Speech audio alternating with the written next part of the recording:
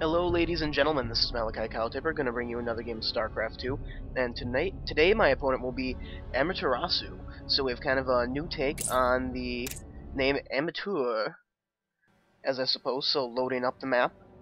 And I'm just going to comment that ladder is getting really difficult right now. I'm getting up to the 2000 level Diamond League, and I've been getting my butt kicked, but the good thing about losing is every time you lose, you subsequently get better as long as you learn from your mistakes. Maybe I should start casting some of the games that I lose. It might maybe just help, you know, with my smugness, my arrogance, my confidence, and if anything, guys, if you do watch replays where you lose games, you can actually generally figure out why you lost that game. And that can sometimes be more helpful as to watching replays where you won, because obviously you did something right in the game. You can learn a lot of mistakes that even you made in games that you won, but take a look at games that you lost. Like there's a game that I reviewed earlier today where I was playing against a protest player, and he just pulled these crazy tech switches, and there's no way that these reasonably should have worked.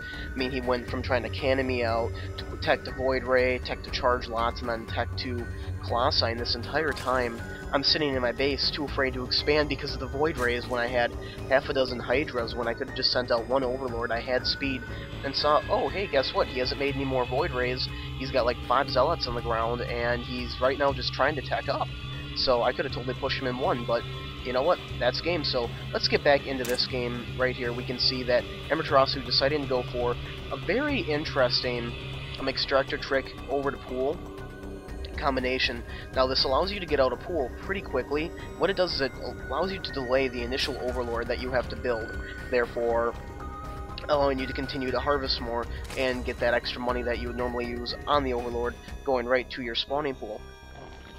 Excuse me, kind of the downside to this is it gives you kind of an early economic disadvantage, where in this case I did have to fall back down because I had to drop down my extractor, and then I dropped down my pool, but I'm still ahead by 2 drones right now, and I've been ahead of him for quite a while in the game, so that does give me an advantage, and what he's doing right now is rather odd. When I saw this with my Overlord over here, I was kind of scratching my head. I'm like, is he going to try to do a quick 1-base Muta play, or what's going to go down here? Because we look at this, if he fully saturates each one of these gases, he's just getting his gas now. So he might have done that to overcompensate for the fact that he got a really, really late gas with his pool. But taking a look at this right now, we go to the resources tab. He's going to start to, and he is training a queen, so let's actually go back to the production tab. His queen is further ahead than mine. There's my queen, but there I go with a Bangling Nest. So my thought behind this is, if I tech a quick Bangling before I even get speed, I can maybe catch him off guard, because a lot of times people going 1-base Muta will not get that much for defense, so they'll lay down a few Spine Crawlers, and I'm like, well, okay, doesn't take too many Banglings to kill a Spine Crawler. That's kind of my assumption right here, so I'm building 2 Zerglings just for scouting, and then he's now researching speed, which is something I do not even have on the agenda right now. Going back to the income tab, I'm still ahead by 1 Harvester, but that's going to kind of trade back and forth as we go through right here. As we can see now, we're tied on Harvesters, and I'm building another Overlord because I'm more than likely supply cap myself. So what I'm also going to decide to do while I'm doing this is throw down an expansion, because I'm waiting for these larvae to pop before I can turn them into Zerglings and maybe do my potential Banelane bust. And we take a look at this, he's deploying 10 units worth of Zerglings, so I'm in here with my 2, and I'm going to scout this. And I saw all of the eggs, so I assumed that something was going to be going down, more than likely just a large-scale Zergling rush timed with speed.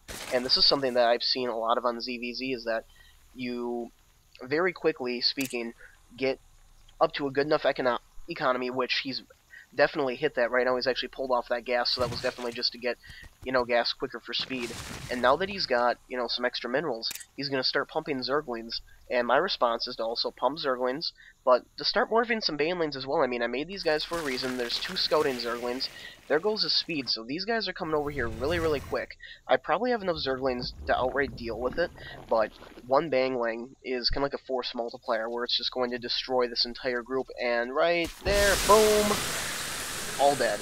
So, right there, the tables have been turned, going right back. We're at 17 out of 17, and he was expanding behind his pressure, so even if that didn't work, he was hoping that he could kill off whatever I had there for Zerglings, and then expand behind that. So that's another reason why I like Banglings, is sometimes it's really difficult to scout these early Zergling plays, whereby I mean with that, they do 1 injection and have 2 or 3 larvae sitting on the ground.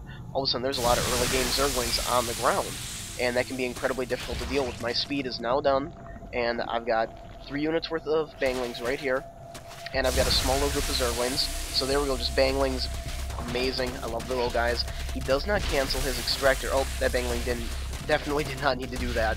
So checking out the production tab, he's producing the spine crawler, 6 more units worth of zerglings. I'm producing 8 more, and banglings going down. So my goal right now is just to kill this extractor and pull back so all my zerglings do not die from the little broodlings. Those guys are so nasty. Little assholes. I'm actually going to manage to snipe one of my banglings right there.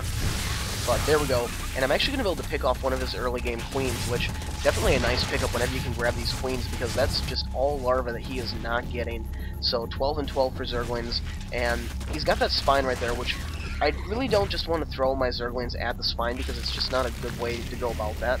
But right here I'm going to morph some more banglings, and I've got enough zerglings right here to hold this off. So right now, this is kind of what a lot of early game ZvZs go into, is just this quick speedling rush, and as we can see, he's now deploying banglings. So this is something he more than likely did not want to do, but basically you either need roaches in a wall, or you need banglings to counter banglings. Now, I'm going to run in here, and to my dismay, there's a bunch of banglings, there goes half my zerglings, and then just trying to micro around right now, it's so tricky. And there go all of my banglings, but at the end, a pretty even exchange. We check out the units lost tab that we have over here. Nope, I want the... Yep, resources. He's definitely behind as far as that goes, mainly because he lost that hatchery. So what I'm doing right now is I can continue to try to hit his base and continue to, try to bangling bust him. And now that he has banglings in there, it's easier to use banglings defensively than it is offensively. That requires an incredibly high level of macro. So what I'm actually going to do is I'm going to throw down a roach warren, and I'm going to continue to macro up because I'm on my base. My idea is that if I forced him to go banglings, he's probably assuming that I'm committing to this, and he's going to expect more banglings, more zerglings pretty soon. So if I can push out, my idea is a dozen roaches, I can stop that. Now, I caught this overlord coming in here with my base. I wanted to kill it before it had an opportunity to see my roaches, because I do not want him to know that. I want him to assume that there'll be more banglings on the field and overcompensate for that, because if he's producing banglings to fight my roaches, I mean, yeah, banglings against roaches, that is a losing combination right there. We check out the income tab. I'm ahead 28 to 22 harvesters, and I have had my queens up longer. I've got a queen at each base, and that's just going to exponentially increase what I'm able to produce. So going back to the production tab, I'm starting to spread my creep. This could be done a little bit better because roaches, they like creep spread, everybody. It just helps them out quite a bit. And trying to not overcompensate with the units. The idea is that I'll get a few banglings and have a small group of zerglings in case he decides to rush in. Now, the only thing that he could really do that could be very devastating to me right now is come in with a lot of banglings. Because with only having 3 banglings here, it takes, for some reason, these guys only have 30 health, but they're biological. They do not count as light, so it technically takes 2 banglings to kill another bangling, which means that if a big group of them come in and you rush 2 banglings in there, you can kill the entire group. But if you take them on 1-at-1, bangling for bangling trade is just not a good idea. I could roll 1 into his, and it's still going to keep going. So right now, as you can see, I'm pumping 8 roaches. I'm pumping those guys hard. 34 harvesters. I could be getting just a few more drones just to help with the economy a little bit, but I've got enough right here where I'm actually going to be attacking pretty soon with these roaches, because I believe I can see over here, yep, I can see that the creep is spreading out with my camera. So I know what's going on, and for him, he can actually see my banglings going back and forth over here, but he doesn't yet know that I have roaches out on the field, which is pretty awesome, actually. And just taking a look at this, he's continuing to drone hard, which is a really good strategy. His spire is almost up, but if we take a look at this, because I've forced him to go bangling, and he doesn't have that many workers on gas right now, he just will not have that many mutas to pop. He'll have no room to pop any mutas. He's dropping down 3 spines because he's probably, yeah, right here, he saw my attack come out with his overlord. I probably should have killed that guy. And this is going to be his response now. I don't think he was expecting the roaches, otherwise he probably would not have morphed those banglings. But those banglings, they'll easily clear out my speedlings. And what I want to do is try to get in here and attack before all of those spine crawlers are done, because they're just really difficult to dislodge. Right here, the banglings going right after my speedlings, but, oh wow. Oh. Yeah, I did do the sound settings. Yay me. So, that attack didn't really pay off as much as I would have liked it to. Because if we go back to that units lost tab right now, Well, I'm still just a little bit behind, but that's all that hatchery. So right here, I'm actually going to move in here, and I'm going to start trying to work on these spines, but these guys are just incredibly good against roaches, especially in numbers like that. But right now, the idea is kind of keep him contained. And because he had to throw down the spines, he is under me quite a bit in the economic space, and again, just throwing down way, way too many gases. He isn't even saturating his gas, and he's got all of them done. Versus me, I've got... No, I'm just putting up a third gas right now. That's another thing you guys can do. When you're playing, there isn't a need, just because you have the expansion, to throw the extractors down. Get them when you need them. Like, if you're doing a heavy roach play like this, 2-3 extractors at best is all you're really going to need. So, with these Zerglings, I'm trying to rush them in behind, and hopefully just try to kill some workers and pull Ricky's army away. So I was able to kill a few harvesters right there, and get in here, and just, again, work on him, just force him to continue to build units. And at this point, I was able to also pick off a few harvesters and stop all this mining time over here. So this is definitely putting me hugely ahead as far as that all goes. And just checking out the production tab, I have 4 units worth of mutas, I have glial reconstitution, 16 units worth of zerglings. He's producing 30 zerglings and some more banglings, but this just is not a good position for him to be in. His spines are what's saving him right now, and just, wow, so many eggs. This is just ridiculous. All the Zerg units just about to come alive. Absolutely disgusting. So these Zerglings, just gonna go in here and test the waters, and those freaking banglings, you know, all it takes is like 2 of them to clear out this entire group, and... oh, and they get pulled away. Now that the mutas are in, he's also producing 4 units worth of mutalisks, so he's probably trying to save up a lot of his gas, which is why he built so many Zerglings, you know, using that. And what I'm actually doing is I'm deciding to expand behind this pressure.